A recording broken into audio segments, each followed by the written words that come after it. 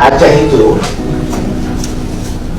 ya di luar dana otsus ya, PKDB-nya itu 25,7 triliun dengan penduduk 5,4 juta.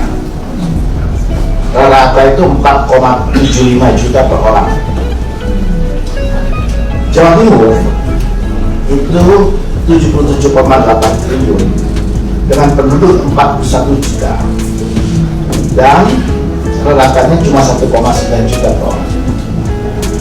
Bahkan di Aceh ini Pak, angka 25,7 itu masih di luar angka dana otsus yang setiap tahunnya itu 3,9 T.